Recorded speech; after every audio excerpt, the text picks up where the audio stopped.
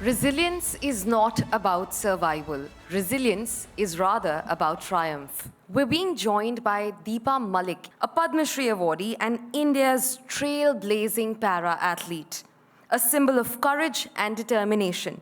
She made history by winning silver at the 2016 Rio Paralympics, inspiring millions across the nation. She's broken barriers in sports, proving that limits only exist in minds. Her journey continues to motivate generations to dream bigger and aim higher and go better. Her journey, it is one of resilience, grit, and absolute determination towards her craft, her sport, and dedication towards her nation. Please join me in looking at what her life journey is like. I still remember that one of my first interviews was with ma'am, almost a decade ago, and her journey was so touching that till date, whoever I meet, I always go back to your story. And indeed, that's why we have you here.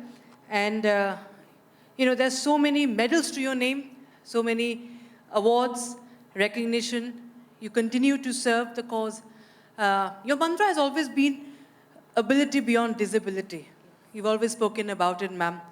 But if I go back to the young Deepa, what were her dreams like?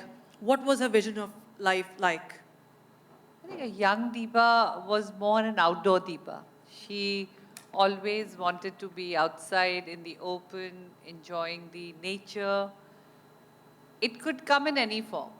It could come in the form of picnics, travel, outdoors, activities. It could also be in form of sports. I loved it when my father would move on transfers. And that is one place where I was totally opposite than my mom, because my mom took change not so easily. But to me, it meant, oh my God, we're going to go in a long train journey. There's going to be a new home, a new place. So I think that was Deepa. That is something which would define me. And that also became an indication when I wasn't well. Because the moment my father saw that I'm not going out to play, and coming back from office, he would find me sitting inside the house, he instantly knew that there is something wrong with her. There is some weakness in her body, because seeing a girl sitting inside and a girl called Deepa was not something which my father accepted, and that led to discovery of my childhood illness. Very important to understand the role of course, we'll come to how women empower women, but also the men in a woman's life, a man in a woman's life, a father, a husband, or a brother. They are equally important. I think I was a person who really didn't have to turn around and take permissions, or I never took permissions. I just said, I want to do this. If they were there, they were there. If they were not there, at least they were not obstructions. They let me be. They let me follow my heart. I don't know if I did not give them a choice to do that, but there wasn't much controversies, or there wasn't much arguments about what I wanted to do. If they were up to it, they were there. If they were not up to it, I had the freedom to do what I want. And I think that made me feel even more empowered. For example, when I had to move to Delhi, when I decided at the age of 40 that I need to play. I was living out of a farmhouse. I had a small garden restaurant business which was running successfully.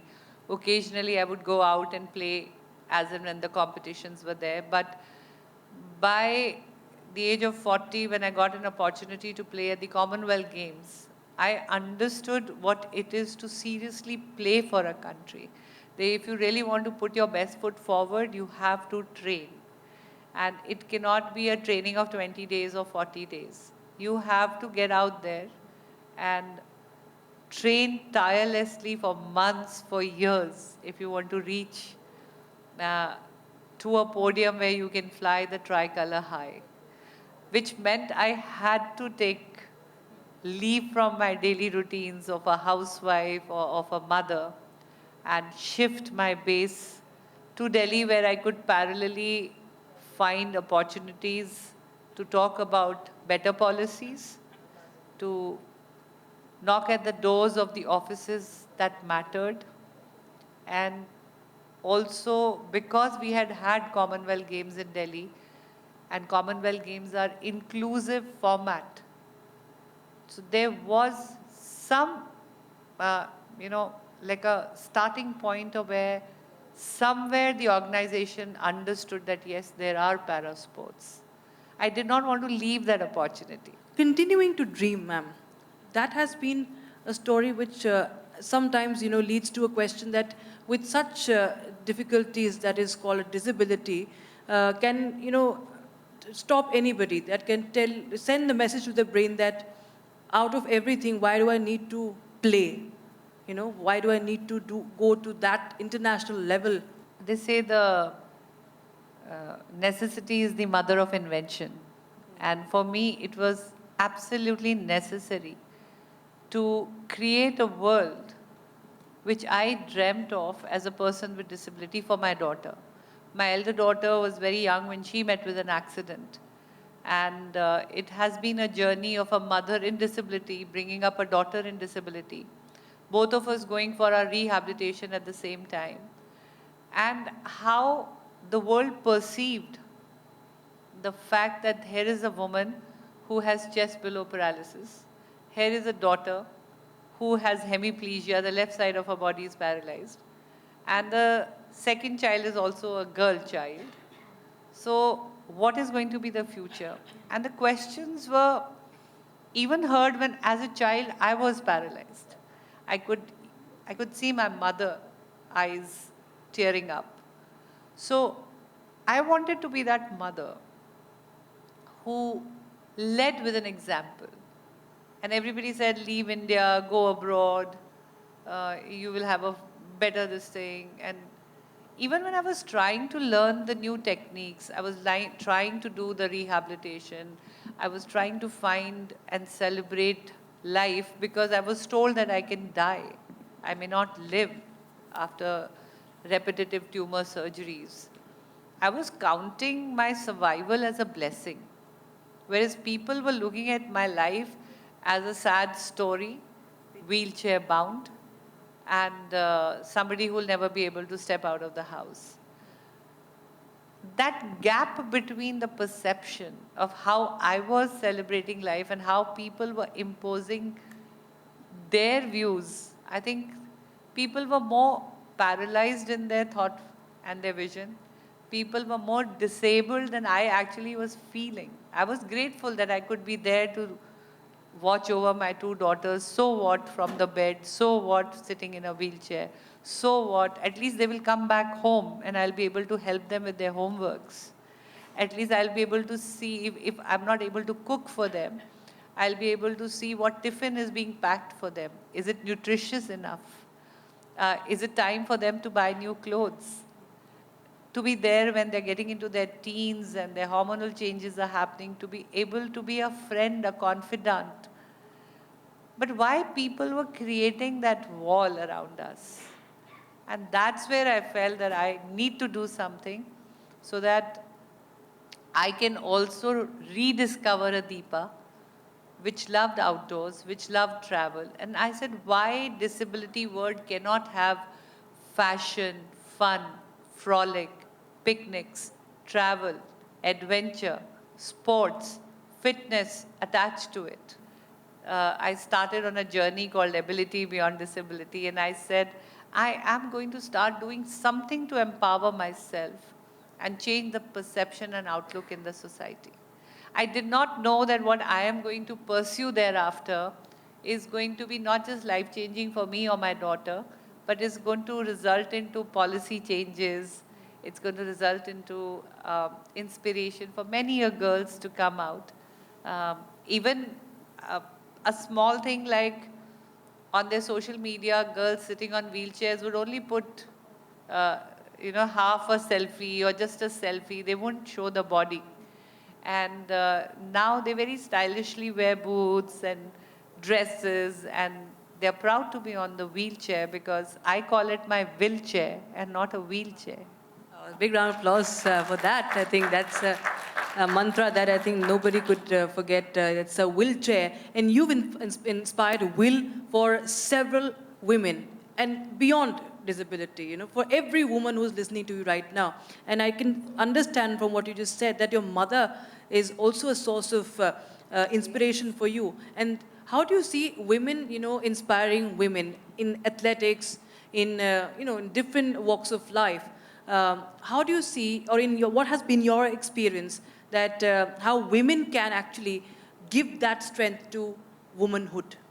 I think we need to inspire each other. We need more women in the ecosystem. For example, you say sports. The moment my medal was won in 2016, many women had that belief and aspiration that if Deepa at the age of 46 can do it, and in such severe disability, then why not explore this sports journey? It can be empowering, it can be a career for you, it can be financial independence. Now, of late, thanks to Honorable Prime Minister's vision, the policies have become so inclusive, and you can actually be a breadwinner. I've seen so many women come out from underprivileged sector of society, and now they are the leading breadwinners.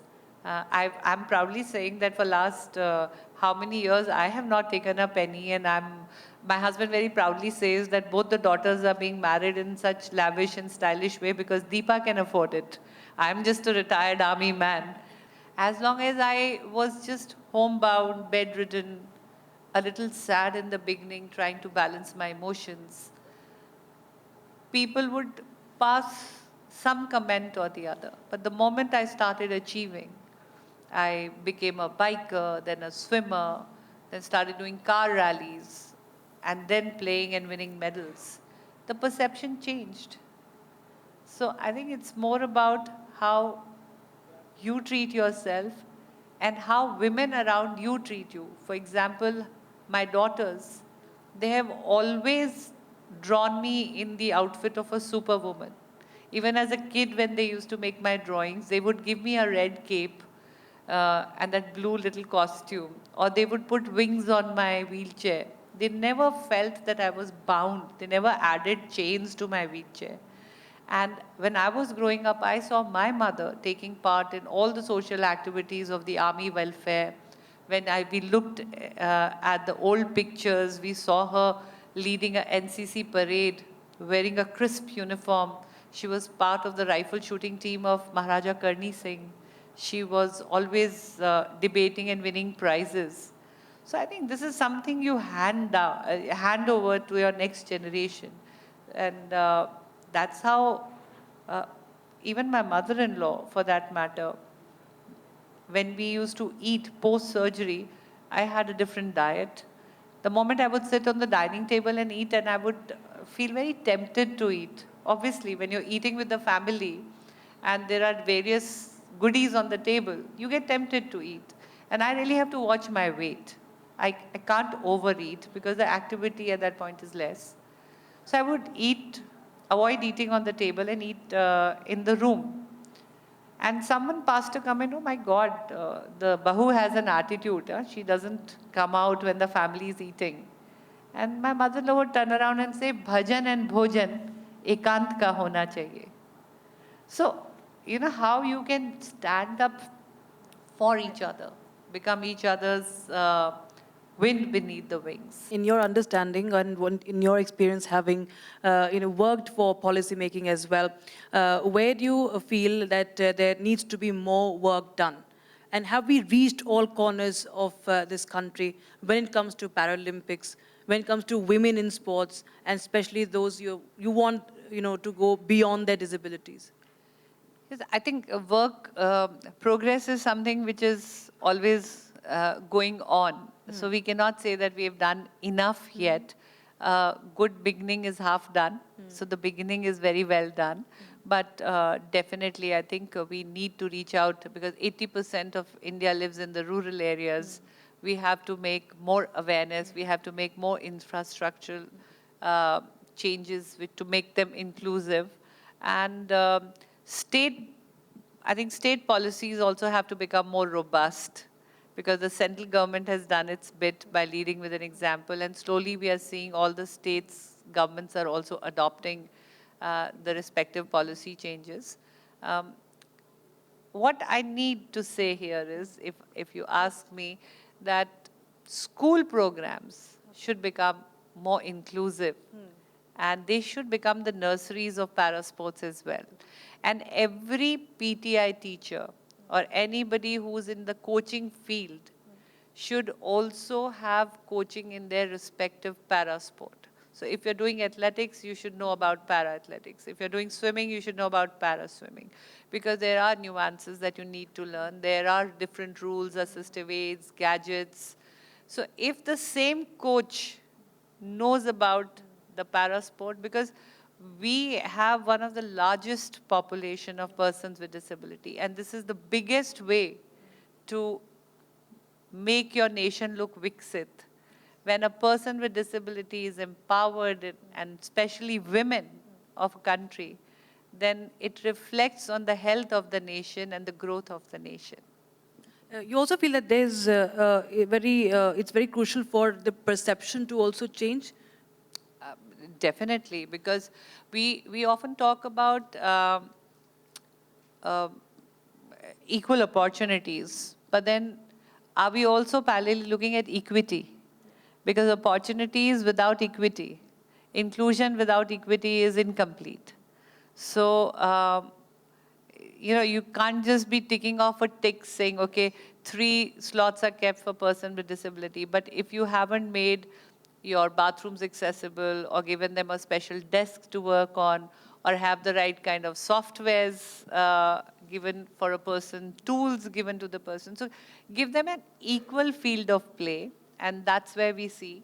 So that's where the perception comes in. And it is a need of the hour. If people stop thinking and taking it as a favor to be done or a good deed to be done, no, I think this is every citizen's right as per the Constitution. Every woman and every woman in disability is entitled to have an empowered life, a life where they can pursue their vision, their dreams. And that is something I stand up for, and that is what I continue to work with. Even after retiring from sports, I felt that it was my duty to give back to the sports. And here I am. It's an ongoing journey. And if anybody reads my book, I have recently written my autobiography. And so you can see that it has nothing to do with disability or gender. It is a story of resilience. Resilience, determination, self-belief. They are not gender-based. They're human qualities. And every person should be looked upon as a human. And that is how every woman should also perceive themselves as. What would you tell a woman today who sometimes there might be a moment and she might say, I need to maybe stop. I might need to just back out. What should she counter this thought with? I think if you are willing to learn, you will be able to find solution to any problem. You just have to continue to learn and adapt to the circumstances and the change. And I think adapting and accepting a change itself means that you have been able to upskill yourself to accommodate that disruption, to overcome that obstruction. And that's what I have done. I have always continued to learn. If I set myself a new target, and every time keeping a different target, every time setting a new record or a new training program, even the sports kept changing. Change is inevitable, and change means it can come in any form. It can come in form of obstacles, adversities, a little bit of agony, all those negative things can also be changed. How you convert it into goodness, how situation may not be in your hands, but reaction definitely is in yours. So my message to women would be that please be willing to learn, please be willing to adapt and upskill yourself, And I think that is nothing but a habit of never giving up. And they say excellence is not an act, it's a habit. And habit happens with the right practice. So feed yourself with the right skill and the right positivity. And be prepared to learn, because that is what is going to get you prepared. Even when I was going for my surgery, and when doctor had said that you may not survive, and if you survive, your spinal cord will be damaged. So instead of lamenting, cribbing, being angry at my fate, I switched to a solution mode. I started talking to doctors, what will I need? So I kept my faith alive, and I said, okay, I'm coming back alive. So if I'm coming back alive, I'll need a specialized bed, I will need a water mattress, I need to, because I'll be gone for a long time, I need to keep my expensive items safe, because husband was at the Kargil war, he wasn't at home. I needed extra help for the home. I needed to create ramps, customize the bathroom. So whatever I could do, in short, I prepared myself to get paralyzed. And that is how I felt confident even while I was at the hospital getting my surgery done. You talked about targets. You're unstoppable. What's your next target, ma'am, if you may know? Definitely, I've written a book, so I'm a young author right now. I love the word young author because my book is just a few months old. So it takes me to various schools. It's not about the book, it's about teaching the younger generation the mantras that I have followed, whether it is resilience, positive attitude, setting goals, and having the courage to reach and achieve those goals. What is discipline? What is self-confidence? So I enjoy these book sessions at the moment. Definitely, I have responsibility of 7 countries, the South Asian representative in the Asian board. We are working a lot in women in sport committees. We are developing good relations with the neighboring countries. And India is in leadership role at the moment. So we are understanding that responsibility and helping our smaller countries with less help and infrastructure. So that is also one field of duty. Working a lot in Assistec. I'm a director with the Assistec Foundation, where we are creating incubators for persons with disabilities to get proper job through technology, and help startups which are doing a lot of work in the disability sector. Parallelly, I'm doing my mother's duty. Both my daughters are getting married. So as right now also, I'm getting ready for their reception and their marriage. So that is another milestone that I'll be achieving. So yes, a lot is going on, and definitely I feel that when I look back at my journey, I feel like a responsible citizen, because as citizen of our country, we keep focusing on our rights. The moment you get educated, you talk about, this is my right, this is my right. But I make an appeal to all women especially, because you are 50% of the country's population. Know your rights, but at the same time, know your duties, because each one of us has to become a building block in the nation building.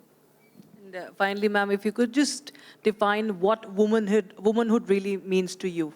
What's your definition of womanhood? My definition of womanhood is somebody who's able to live happily, pursuing their dreams, and having a great balance. And balance essentially doesn't mean that you can do everything. Womanhood should not be filled with any guilt.